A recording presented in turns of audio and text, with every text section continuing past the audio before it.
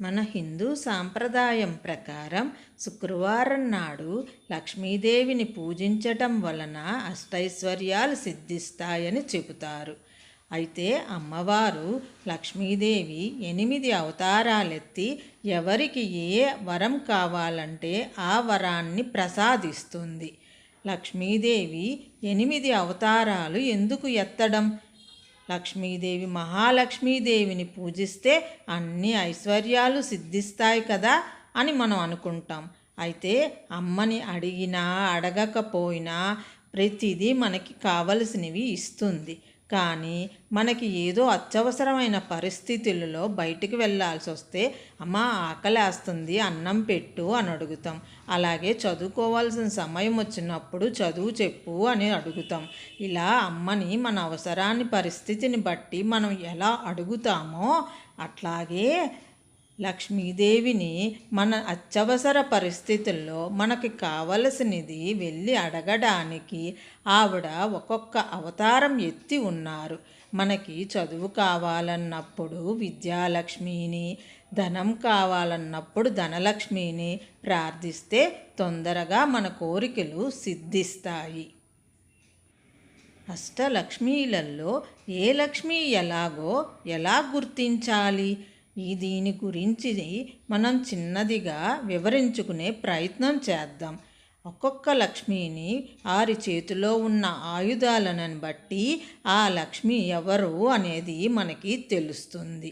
ఆ లక్ష్మి చేతిలో ఉన్న ఆయుధములు మనకి ఆమె చేసే పనిని మనకి తెలియజేస్తుంది. దీనిని బట్టి మనం గుర్తించే ప్రయత్నం చేద్దాం. ఆదిలక్ష్మీదేవినే శ్రీ మహాలక్ష్మీదేవి అని కూడా అంటారు. ఈమె మూలాధార ప్రాణశక్తి. శరీరంలోని మన మూలాధారంలోని ప్రాణశక్తి ఈమె ఇస్తుంది. ఈ ఆదిశక్తి రూపంలో ఆమె మనకి శారీరకంగా మానసికంగా ఆరోగ్యంగా ఉండేలాగా చూస్తుంది. ఆదిలక్ష్మీదేవిని ప్రార్థిస్తే మనం మానసికంగా శారీరకంగా బాగుంటాం. అయితే ఆమెను గుర్తించడం ఎలా అనేది ఇప్పుడు మనం చూస్తాం. ఆమెకి 4 చేతులు కలిగి ఉంటాయి. 2 చేతులలో జెండా అంటే పతాకం, ఒక చేతిలో పద్మం, ఒక చేతిలో వరదముద్ర, ఇంకొక చేతిలో అభయముద్ర కలిగి 4 చేతులతో ఆమె మనకు దర్శనమిస్తుంది. ఆదిలక్ష్మీదేవిని ప్రార్థిస్తే అన్నీ సమకూరుతాయి. అష్టలక్ష్మి రూపాలలో రెండవది ధాన్యలక్ష్మీదేవి. ఆమె పుట్టిన బిడ్డకు తల్లి స్తన్యాన్నిచ్చి ఆకలి తీర్చి తన అవసరాలని ఏ విధంగా తీరుస్తుందో ధాన్యలక్ష్మీదేవిని ప్రార్థిస్తే పాడి పంటలకు లోటుండదు. ఆమె మన ఆకలిని తీర్చి ఆహారపు ధాన్యాలని పాడి పంటలను సమకూరుస్తుంది. ఈమెని గుర్తించడం ఎలా? 8 చేతులతో ఆకుపచ్చ రంగు చీరతో ఆమె మనకి దర్శనమిస్తుంది.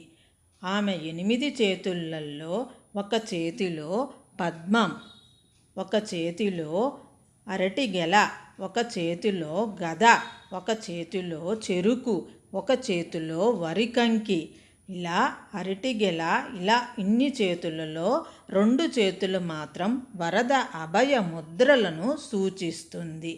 ఆమె మన శరీర దారుఢ్యాన్ని ప్రసాదించే తల్లి. శ్రీ మహాలక్ష్మీదేవి అష్టరూపాలలో 3వది ధైర్యలక్ష్మి స్వరూపం. ఆపద సమయంలో మనకి అవసరమైన శారీరక బలాన్ని మానసిక ధైర్యాన్ని ప్రసాదించి కష్టాల నుండి అధిగమించే శక్తిని ప్రసాదిస్తుంది ధైర్యలక్ష్మి. ఈ తల్లిని ప్రార్థిస్తే మనోబలానికి లోటుండదు. ఈమెను వీరలక్ష్మి అని కూడా అంటారు. ఈమె పేరుకు తగినట్లే ఎర్రని చీరతో 8 హస్తములతో మనకి దర్శనమిస్తుంది.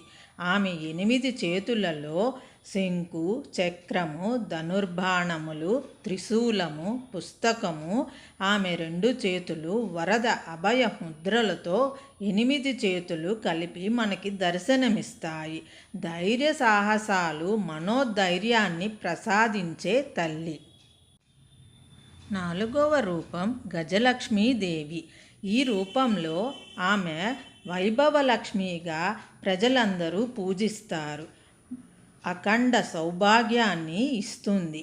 సకల శుభకరిణి అయిన గజలక్ష్మీదేవి మనం సాధించిన విజయాన్ని సమాజానికి శుభకరం అయ్యేలాగా చేస్తుంది. శుభం అంటే సమాజ హితానికి కారణమైతేనే మన విజయానికి ఒక లెక్క. అది మన విజయానికి శుభం అని దాని అర్థం. ఈమెను గుర్తించడం ఎలా? 4 హస్తములు కలిగిన మూర్తి. ఇరువైపులా 2 గజాలు అభిషేకిస్తూ ఉంటాయి. ఎర్రని వస్త్రములు ధరించినది. 2 చేతులలో 2 పద్మములు కలిగినది. 2 చేతులు వరద అభయ ముద్రలలో ఉంటుంది. సకల శుభాలకు అధిష్టాన దేవత. 5వ రూపం సంతాన లక్ష్మీదేవి. ఈమెను ప్రార్థిస్తే సత్సంతానాన్ని మనకి ప్రసాదిస్తుంది. మాతృత్వం స్త్రీజన్మకి ఒక అపరూపమైన వరం. అలాంటి వరాన్నిచ్చేది సంతాన లక్ష్మీదేవి. మన విజయాలని ఆనందించడానికి మనకి ఒక పిల్లలు ఉండాలి. ఆ పిల్లలని ఇచ్చేది సంతాన లక్ష్మీదేవి. మన జ్ఞాన విజ్ఞానాలని, విజయాలని ముందు తరానికి తీసుకెళ్ళాలంటే మనకి సత్సంతానం ఉండాలి. అటువంటి సత్సంతానాన్ని ప్రసాదించేది సంతాన లక్ష్మీదేవి. ఈమెని గుర్తించడం ఎలా? సంతాన లక్ష్మీదేవి 6 చేతులతో మనకి దర్శనమిస్తుంది. 2 చేతులలో కలశములు, ఖడ్గము, డాలు ధరించి ఒడిలో బిడ్డను కలిగి ఉంటుంది. ఒక చేతిలో అభయముద్ర కలిగి ఉంటుంది. మరొక చెయ్యి బిడ్డని పట్టుకొని బిడ్డ చేతిలో పద్మం ఉంటుంది. సత్సంతాన ప్రాప్తికి అధిష్టాన దేవత. అష్టరూపాలలో 6వది విజయలక్ష్మీదేవి. ఈమెని ప్రార్థించడం వలన ఏ పని చేసినా మన వెన్నంటే ఉండి మనకి విజయాలని ప్రసాదిస్తుంది. విజయలక్ష్మి స్వరూపమైతే ఇక్కడ మనం చేసే పనులు శాస్త్ర సమ్మతమైనవి, ధర్మబద్ధమైనవి అయితే మాత్రమే ఆమె మనల్ని వరిస్తుంది. అప్పుడే విజయలక్ష్మీదేవి అనుగ్రహం సకల విజయాలని సిద్ధిస్తుంది. ఈ తల్లి 8 చేతులు కలిగి ఎర్రని వస్త్రములు ధరించి శంకు, చక్రము, ఖడ్గము, డాలు, పాశము ధరించి ఉంటుంది. 2 చేతులు వరద అభయ ముద్రలు కలిగి ఉంటుంది. సకల కార్యసిద్ధికి, సర్వత్రా విజయసిద్ధికి అధిష్టాన దేవత. 8 రూపాలలో 7వది విద్యాలక్ష్మీదేవి. ఈమెని పూజించడం వల్ల సమాజంలో గౌరవం పొందుతాము. వివేకం, బుద్ధి, జ్ఞానం లభించాలన్నా విద్యతోనే సాధ్యం. మనకు ఎలాంటి విద్యాబుద్ధులు ప్రసాదించాలన్నా విద్యాలక్ష్మి స్వరూపాన్ని ప్రార్థించాలి. జ్ఞానాన్ని అందించే విద్యాలక్ష్మిని పూజిస్తే జ్ఞానానికి లోటుండదు. ఈ తల్లి శ్వేతవస్త్రాలను ధరించి చేతిలో వీణ పట్టుకొని మనకి దర్శనమిస్తుంది.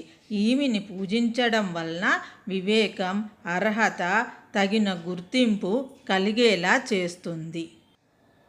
8వ రూపము చివరిది అయినది ధనలక్ష్మి రూపము. ఈమెను ప్రార్థించడం వలన ధనం కలుగుతుంది. ధనం మూలం ఇదం జగత్ అంటారు పెద్దలు. జీవితంలో డబ్బులు లేకుంటే ఏదీ లేదు. మన తెలివితేటలతో, శ్రమతో కష్టించి పని చేస్తే ప్రతి రూపాయి కూడా ఆ ధనలక్ష్మి స్వరూపమే. అయితే మనం ధనలక్ష్మి రూపాన్ని ప్రార్థించాలంటే ముందుగా మనం నీతి నిజాయితీతో ఉండాలి. ధనలక్ష్మీదేవి కేవలం సత్సంపదలను మాత్రమే అనుగ్రహిస్తుంది. లక్ష్మీదేవి ఎర్రని వస్త్రములు ధరించి మంచి అలంకరణతో 2 గజములు పద్మములు ధనమును కురిపిస్తున్నట్టుగాను ఈ సూచనలతో మనకి దర్శనమిస్తుంది ధనలక్ష్మీదేవి. కొన్ని ప్రాంతాలలో ఈమెను ఐశ్వర్యలక్ష్మి, సౌభాగ్యలక్ష్మి, రాజ్యలక్ష్మి, వరలక్ష్మి అనే పేరులతో కూడా